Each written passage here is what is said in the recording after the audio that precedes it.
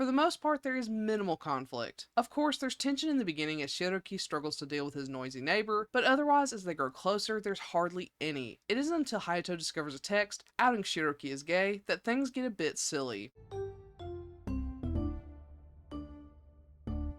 Hi, welcome back to my channel! Today, we'll be discussing Kind of a Wolf by Machi Suehiro. And if you haven't already, go ahead and click subscribe and get your BL Library card for the BL Library. Before we get started, there will be spoilers, so if you don't want to be spoiled on this manga, go ahead and click off now. No worries, I'll catch you next time. For those of you who decide to stick around, let's go over some content warnings. There may be references to power imbalance, age gap, sexual assault, possession, mentions of religion, claustrophobia, gossiping, homomesia, invasion of privacy, being outed, trauma, and prejudice, as these things do appear in the manga. But if that's okay with you, let's go and get started.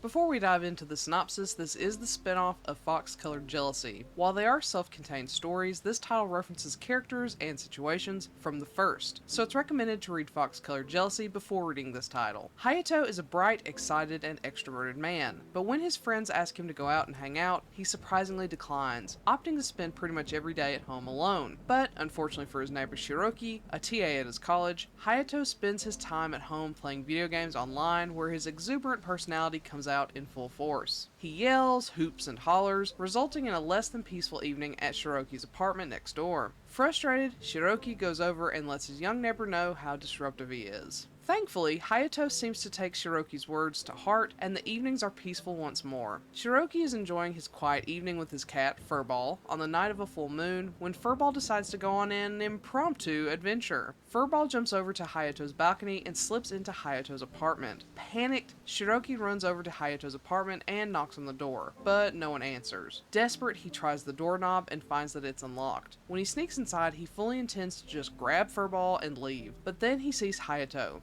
Hayato is in bed, moaning and groaning, but Shiroki is fixated on the pair of ears and a tail attached to Hayato.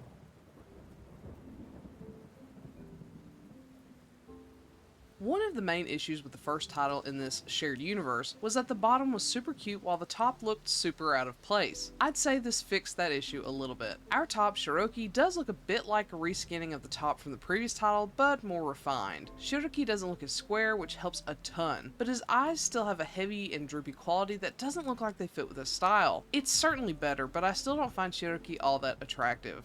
Hayato, though, is super cute, but I already knew that from the previous title where he appeared. Overall, this feels a bit more consistent and refined than Fox-Colored Jealousy, which is a win. And along with the better art, the storytelling is much better. One of my chief complaints was how the development of the romance in Fox-Colored Jealousy didn't feel real to me. That's not a problem here. There's an element of memory loss or loss of control, which echoes what occurred in the prior title, but Shiroki and Hayato are still present and involved in the romance. The wolf does appear, but in much shorter and briefer spurts, and even when it's the wolf, it's Hayato. He's just a more primal, animalistic version. This allows the two to learn about each other and grow closer. Their connection is still based on Shiroki knowing Hayato's secret, but the couple is not separated due to the wolf. The wolf only serves to bring them closer together, which I think makes way more sense than how the fox functioned in Fox-Colored Jealousy. That's not to say the story is perfect. We do have a slightly annoying misunderstanding due to an assumption. For the most part, there is minimal conflict. Of course, there's tension in the beginning as Shiroki struggles to deal with his noisy neighbor, but otherwise, as they grow closer, there's hardly any. It isn't until Hayato discovers a text outing Shiroki as gay that things get a bit silly. Hayato, in an intimate moment with Shiroki, admits that he saw the text, and in the throes of passion, he asks if Shiroki feels that way about him. In an instant, rather than responding, Shiroki apologizes and leaves. It makes Hayato assume he's been rejected. Granted, it is explained that Shiroki has a history of people rejecting him because they find out he's gay, but his reaction to Hayato, who is perfectly fine in a sexual scenario with him, asking him about his sexuality doesn't seem like a triggering thing to me. It just didn't feel believable. However, this does lead to them coming together and sharing their thoughts and feelings about the ordeal. It does take a chunk of time, which is unfortunate, but the scene of them discussing how they each thought they were getting rejected before and that they were hoping to be friends at least was very cute and romantic. It highlights how silly these two are due to their insecurities and makes me believe in their chemistry. They don't have another sexual encounter until the bonus chapter at the very end, but because their chemistry and romance were so much more believable than the previous couple of the prior title, the sex was also much more satisfying even though there wasn't much of it. It's a very sweet story overall.